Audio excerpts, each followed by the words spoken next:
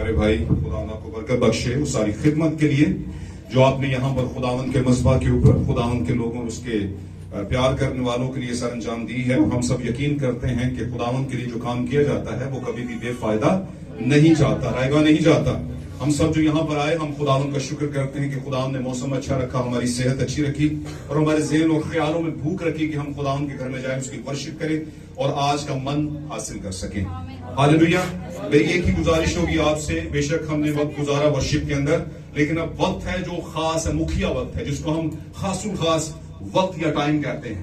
अगर हमने ये टाइम गुजार दिया तो पिछले 2 एग्जाम बेशक पास कर ली, उससे हासिल कुछ नहीं होगा, हमें फाइनल एग्जाम पास करना बड़ा जरूरी हो जाएगा, है नी? जरूरी होता है। और अगर हम ये नहीं करते तो हम फेल कंसीडर किए जाते हैं, नाकाम कंसीडर किए जाते हैं। तो पिछले 2 टेस्ट में अगर आपने अच्छे से अच्छा पहले 2 और 3 पूल जो है, फर्स्ट सेकंड और 3 पूल जो है, खिंचाव जो है खुदावंद की तरफ से होता है। 3 खिंचाव है इंसान ईमानदार की जिंदगी के, आपको पता ही है, खुदावंद की तरफ से। आमीन। सबसे पहले वो तौबा करवाता है, फिर आपको दुआ रोजे में लेकर जाता है, फिर आपकी जिंदगी में शिफा, और इसी तरह तीसरे पुल के ऊपर नबूवत है, जो कि बहुत कम लोग हजम करते हैं। सख्त गजा, दूध वाली गजा नहीं, सख्त गजा, है ना? उकाबों का खाना, ए खाना उकाबा दा सदा ही ताजा हुंदा है। जिन्ना ऊंचा उड़दा उतना ही गहरा हुंदा है। जितना भी ऊंचा उकाब देगा उतना गहरा देगा। एक बात समझ रहे? तो खुदावंद का शुक्र हो सारी बरकत के लिए। आए हम देर के बगैर खुदावंद के कलाम की तरफ बढ़ते हैं। आज की सुबह के अंदर मेरी तरफ से आप सबको खुदावंद यीशु मसीह के फतेहमंद नाम में मेरे इस्लाम कबूल और खुदावंद आपको बरकत बख्शे। आए निकालते हैं चंद हवालाजात, और एज पर रिकॉर्ड मुझे लगता है जैसे कि पहले भी रिकॉर्ड है कि यहाँ पर पेंसिल और कलम लेकर कोई भी नहीं आया होगा। Okay, very good. हमारी एक भाई और एक बहन है। खुदावंद आपको बरकत दें। भाई और बहनों के लिए तालियां बजा सकते हैं। मेरा ख्याल है एक चटान कहती है, बिल्कुल एक थोड़ा सा वजन भी नहीं होगा पेंसिल का, और ज्यादा से ज्यादा आधा पाव एक बुक का होगा, वो भी अगर छोटी हुई तो आधे से भी ज्यादा, है ना? चटान। तो इससे फर्क तो कोई नहीं पड़ता, लेकिन जिनके पास है उनको बहुत फर्क पड़ता है अगर ना हो तो, है ना? सारा साल मेहनत की और एग्जाम में पेंसिल ही पास कोई नहीं तो फर्क पड़ता है। पढ़ता है कि नहीं पढ़ता? पढ़ता है ना? सारी दुनिया बातें कर रही है, लेक्चर एक का हो और बाकी का ना हो तो फर्क पड़ता है। सारी दुनिया जुलूस निकाल रही है और कुछ खास हैं जो ध्यान ज्ञान कर रहे हैं, अगर ना करेंगे तो फर्क, अगर ना करें तो फर्क पड़ता है। अगर ध्यान ना करें तो फर्क पड़ता है, और अगर करेंगे तो फर्क पड़ेगा, फर्क नहीं पड़ता। बात समझ रहे हैं? ध्यान करने से फर्क पड़ता है। ध्यान करने से फर्क क्या है? पड़ता है। और फर्क क्या पड़ता है? या तो आप रह जाते हैं या आप बढ़ जाते हैं। आइए मेरे अजीजों, हम खुदावंद की आवाज की तरफ बढ़ते हैं, खुदावंद के नाम को जलाल देने के लिए। निकालिएगा मेरे साथ पुराने अहदनामे में किताब जबूर की किताब, द बुक ऑफ साम, चैप्टर 92, 92 जबूर, और उसकी 12वीं आयत से हम शुरू करेंगे। 92 जबूर नंबर 92 जी, 12वीं आयत और 13वीं आयत। कोई भी भाई से बुलंद आवाज में पढ़ेगा और आराम से पढ़ेगा, सहीहन और सही पढ़ेगा जी। हालेलुया। और दूसरा भाई यूएल की किताब निकालेगा, पुराने अहदनामे में यूएल, जिसे यूएल भी कहते हैं, यूएल अंग्रेजी में Joel, the book of Joel, chapter 1, 12 और 13 आए। जबूर 92, 12 और 13 आए। यूएल 12, पहला चैप्टर 12 और 13 आए जी। पहली आयत निकालेंगे जबूर में से जी, पढ़िएगा। सादक खजूर के दरख्त की मानिंद सरसब्ज होगा, सादक खजूर के दरख्त की मानिंद सरसब्ज होगा, फ्लोरिश होगा जी। वो लुबनान के दीवार की तरह, देवदार की तरह बढ़ेगा, वो लुबनान के देवदार की तरह बढ़ेगा जी।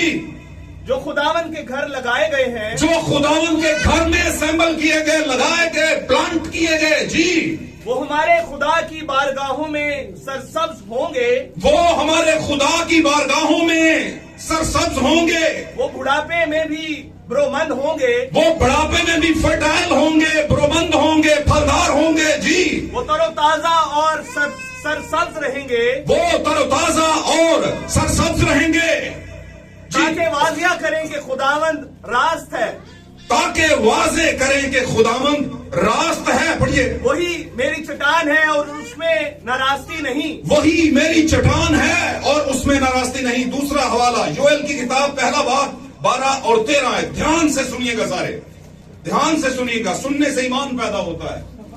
हालेलुया। योएल की किताब पहले निकाल लेनी थी, मैंने पहले अनाउंस किया था, किसी ने नहीं निकाली। एक पढ़ रहा हो दूसरा निकाल ले जी, टाइम बचाना है हमने। योएल की किताब पहला बाब 12 और 13 है, जल्दी से पढ़िएगा। ताक खुश्क हो गई, ऊंची आवाज में। ताक खुश्क हो गई, ताक यानी अंगूर की बेल खुश्क हो गई जी। अंजीर का दरख्त मुरझा गया, अंजीर का दरख्त मुरझा गया। अनार और खजूर और सेब के दरख्त, हाँ मैदान के तमाम दरख्त मुरझा गए। अनार, खजूर और सेब के दरख्त, हाँ मैदान के तमाम दरख्त मुरझा गए जी। और बनी आदम से खुशी जाती रही, और बनी आदम से खुशी, नस्ल आदम से खुशी जाती रही। खुदा के कलाम का पढ़ा जाना, सुना जाना, भाई से बरकत हो। आखिरी आयत पढ़ेंगे, टाइम बचाएंगे। आखिरी आयत मुकाशवा की किताब, 3 गवाह हम पूरे करेंगे जी। किताब मुकाशवा चलेंगे हम। हालेलुया, प्रेज लॉर्ड, यीशु मसीह के नाम को जलाल मिले। 19वां बाब हम निकालेंगे, चैप्टर 19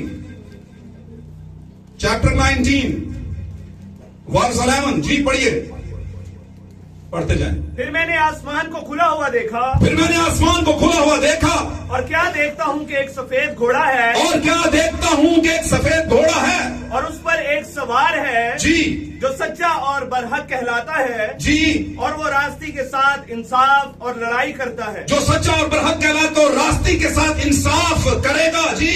और उसकी आंखें आग के शोला है, जी, शोले हैं, और उसके सर पर बहुत से ताज हैं, और उसकी आंखें आग के शोला हैं और उसके सर पर बहुत से ताज हैं जी। और उसका एक नाम लिखा हुआ है, और उसका एक नाम लिखा हुआ है, जिसके उसके सिवा और कोई नहीं जानता। हाँ, जिसे उसके सिवा और कोई नहीं जानता। पढ़ते जाइए। और वो खून की छिड़की हुई पोशाक पहने हुए है, और वो खून की छिड़की हुई पोशाक पहने हुए है, और उसका नाम कलामे खुदा कहलाता है, और उसका नाम कलामे खुदा, द वर्ड ऑफ गॉड कहलाता है।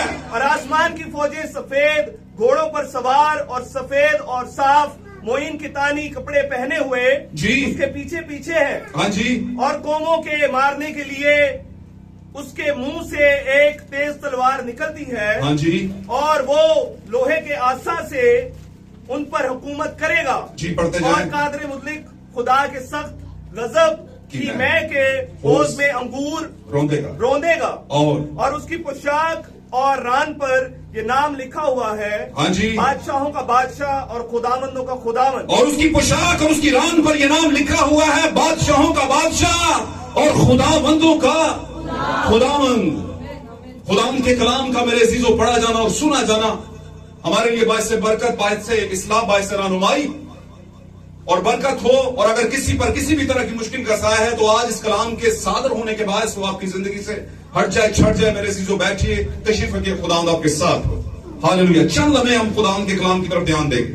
चंद लम्हे थोड़ा सा रस्मों अकीदों से हटकर, थोड़ा सा कस्टम एंड ट्रेडिशन से हटकर, तहजीबो तमद्दुन से हटकर और transparently according to the word of God के मुताबिक चल के, बिल्कुल कलाम की ट्रांसपेरेंसी के साथ चल के, शफाफियत और सफाई के साथ चल के हम थोड़ा सा आज नजरसानी करेंगे। बेशक जब तक हम इस जमीन पर हैं हमें दुरुस्तगी की जरूरत रहेगी। हालेलुया।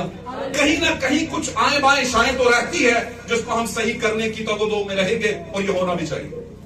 जब तक कि मेरा और आपका खुदावंद, बादशाहों का बादशाह, खुदावंदों का खुदा हमें ले नहीं जाता यहां पर से। आमीन। आज का हमारा मौजू यीशु मसीह का यरूशलेम में शाहाना दाखिला। इस्तकबाल की बात बाद में करेंगे। लोगों के पास टॉपिक होता है, बड़ी खास बात करने लगो। लोग कहते हैं यीशु मसीह का यरूशलेम में शाहाना इस्तकबाल। यीशु तशरीफ फरमा है एक गधे के बच्चे के ऊपर। हालेलुया। इसलिए मैंने कहा था ले आना, कॉपी पेंसिल लिखवा दूंगा, सारे हवाले मेरे पास लिखे हुए हैं। ये भी मैंने जो बोले वो भी लिख लेना, और अभी जो बोलूंगा वो भी, और ये मुकाशवा का भी लिख लेना। आमीन। लूका, मत्ती और यूहन्ना ने इस बारे में बयान किया। 3 लोगों ने खास वाकयात को बयान किया है, और तीनों को पढ़ेंगे तो एक अलग से समरी सामने आएगी। जो बातें पहले पहले उसमें रसूल ने नहीं लिखी, वो दूसरे ने लिखी है, और जो दूसरे ने नहीं लिखी वो तीसरे ने लिखी, तो कुल मिला के ये सारा वाकया बयान होता है। हालेलुया। तो हम आमतौर पर वो हवाले पढ़ते हैं, लेकिन मैंने कहा आज कुछ और आपको पढ़ाया जाए। आमीन। तो यहां पर हमने देखा ज़बूर की किताब के अंदर, तो आज हमारा टॉपिक था यीशु मसीह का यरूशलेम के अंदर शाहाना दाखिला। हालेलुया। ये आज का हमारा टॉपिक है। यानी शाहाना का मतलब बादशाही अंदाज में एंट्री, किसमें? यरूशलेम में। हालेलुया। मेरे अजीजों, कुछ पोर्शंस हैं, उनको सीखिएगा। जब आप लूका की इंजील को पढ़ते हैं और मत्ती और यूहन्ना की इंजील को भी पढ़ते हैं, तो वहां पर आपको कहानी के वाकया के बीच में, उस ओकेशंस के बीच में, आमीन, उस वाकया जो वाकया रुनुमा हुआ था उस जमाने के अंदर, आज से 2023 साल पहले की बात कर रहा हूं मैं। हालेलुया। तो यीशु मसीह बैतफीगे की तरफ से आ रहे थे और यरूशलेम की तरफ एंट्री करने को थे, तो इससे पहले कुछ किया गया, और किया क्या गया? वो गधे के बच्चे के ऊपर बैठे। यीशु मसीह क्यों जरूरत पड़ गई गधे के बच्चे के ऊपर बैठने की? मैंने आपको बहुत दफा बताया कि यीशु मसीह मेरा और आपका दूल्हा है। हालेलुया। और यीशु मसीह ने अपनी जिंदगी में एक काम बहुत ध्यान से किया, जो हमें भी करना चाहिए। यीशु मसीह ने अपने मुतालिक लिखी हुई तमाम नबूवतों को पूरा किया। यीशु मसीह ने पढ़ा नविश्तों के अंदर मेरे मुतालिक क्या है। यीशु मसीह ने सोचा, खुदा बताता था उसे। आमीन। यीशु मसीह में ये चीजें इनबिल्ट होकर आई थी पहले से। यीशु को पता था कि मेरे मुतालिक क्या है, मेरी जिंदगी का पर्पस क्या है, मैं क्या करने आया हूं जमीन के ऊपर।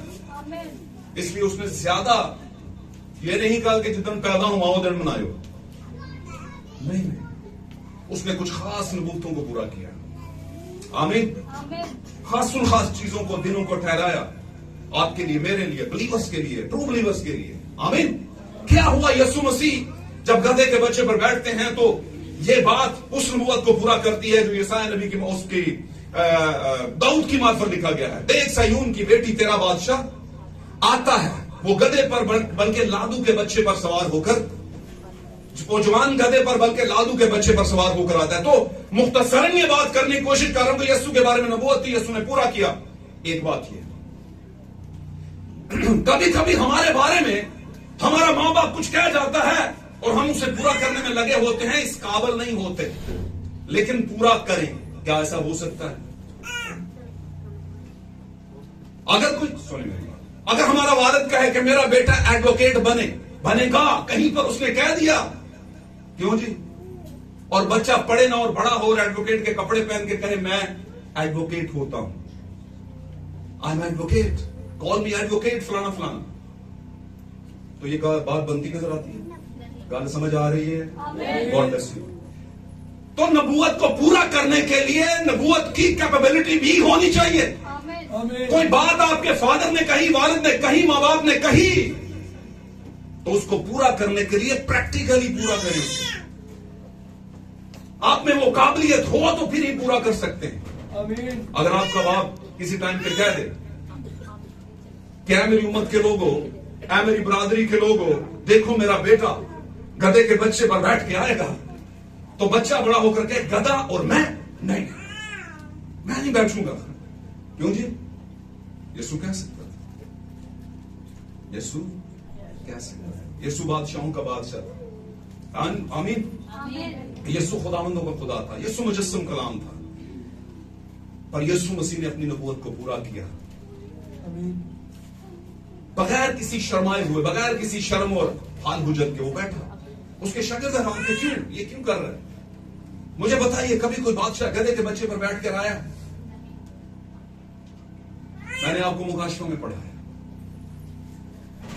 यीशु मसीह की जिंदगी का पहला पोर्शन खिदमत का, गधे के बच्चे पर बैठकर सवारी की, और दाखिल किसमें हो रहा है? यरूशलेम। मेरी अजीज बहनों, प्यारी बच्चियों, बेटियों और नौजवान भाई और बुजुर्गों, ध्यान नाल गल सुनिया, बहुतियां गल्लां तुहानूं ना नहीं समझना ते आ ही जाएगी। आज के बाद ये समझ लेना कि यीशु मसीह जिस यरूशलेम में दाखिल हुए थे, वो मैं और आप हैं। वो मैं और आप हैं यरूशलेम। हालेलुया। इस पर हालेलुया बनता है। आप खुदावंद की तारीफ करें, शुक्र है मैं मुझ में यीशु मसीह दाखिल हुआ। आमीन। उस टाइम पर वो एक शहर था। और शहर क्यों शहर होता है? क्या शहर मकानों की वजह से बनता है? नहीं, शहर तो घरों की वजह से बनता है। जिस इलाके के अंदर कुछ घर हो उसे शहर कहा जाता है। आमीन। क्या खुदा पाक कलाम में लिखा, नबी ने बयान किया पहले ही, खुदावंद की आवाज शहर को पुकारती है। कौन से शहर को? क्या बाबुल शहर को? क्या सदूम शहर को? नहीं भाई, वो मुकद्दस शहर यरूशलेम को पुकारती है। और यही वो शहर है जो आसमान से उतरते हुए यूहन्ना ने देखा, दुल्हन की तरह सजा हुआ शहर। आमीन। और ये वो दुल्हन की तरह सजा हुआ शहर कौन है? क्या सदूमी ऐसे हो सकते हैं? सदूम और अमूरन वाकना मारिया, क्या वो हो सकते हैं? नहीं। क्या बाबल वाले जो खुदा के हमेशा से खिलाफ रहे? बाबल बड़ा राज शहर, बाबल मुकाशवा कहता है कस्बियों और हरामकारियों का अड्डा। बाबल world denomination tradition system, UWCC, जिसका हर कोई कार्ड लेने का मुश्ताक पड़ा हुआ है। कहता है मेरे को कार्ड हो गया वर्ल्ड डिनोमिनेशन का, शुक्र है मैंने हर जगह एंट्री मिलेगी। एंट्री तो मिल जाएगी लेकिन कहीं ना कहीं से आप क्या हो जाएंगे? खारिज भी हो जाएंगे। और मैं आज आपको बताता चलूं लगे हाथ, ये वर्ल्ड डिनोमिनेशन सिस्टम का कार्ड ही 666 है। यही वो मोहर है जो पहचान कराती है कि हम कौन होते हैं। क्यों जी? आपके आईडी कार्ड की पहचान क्या? अगर कोई रोक ले कानून का बंदा तो कहते हैं कार्ड निकाल, है ना? जुबानी कलामी बहुत हो गया, कार्ड निकाल। अब जब कार्ड दिखाया आइडेंटिटी कार्ड, तो वहां पर लिखा है नाम के खाने में फलाना फलाना, बाप के खाने में फलाना फलाना, है ना? क्या ख्याल है? मजहब के खाने में फलाना फलाना, तो लग पता जाता है कि ये कौन होता है। इसी तरह आज पूरी दुनिया में वर्ल्ड डिनोमिनेशन चर्चेस हैं, उनमें पता चल जाएगा कि कौन फलाना फलाना है। कौन मेले कराता है? गाना समझ रहे हो? असल में पाक कलाम में लिखा है, अगर तू बेरिया खादम हुआ तो तेरी जड़ी मैं करांगा ना पूछ तेरा, फिर मैं साहब लावांगा। तो प्रॉब्लम है भाई मसबा है यहाँ। अगर मैं सच ना बोलूं तो अदालत मेरी भी हो जाएगी। इसलिए उन्हें क्या कोई भैन नहीं, कोई भरा नहीं, कोई पुप्पी नहीं, कोई ताई नहीं, फलाना नहीं, टमकाना नहीं। पादरी सबका क्या है? पादरी और खुदा का नुमाइंदा है, बीच में खड़ा हो। तो मुझे बताएं, एडवोकेट के कपड़े पहनकर कोई वकील बन जाएगा क्या? हाथ में छड़ी, नाक में ऐनक और एक कुर्सी और एक स्कूल में बैठा दो एक अनपढ़ को और कहेंगे प्रिंसिपल है, क्या ऐसा हो सकता है? नहीं। नर्सिंग के कपड़े पहनाकर कुछ किसी इलिटरेट बच्ची को या बच्चे को कहो कि चल भाई बीपी चेक कर, तो करेगा क्या?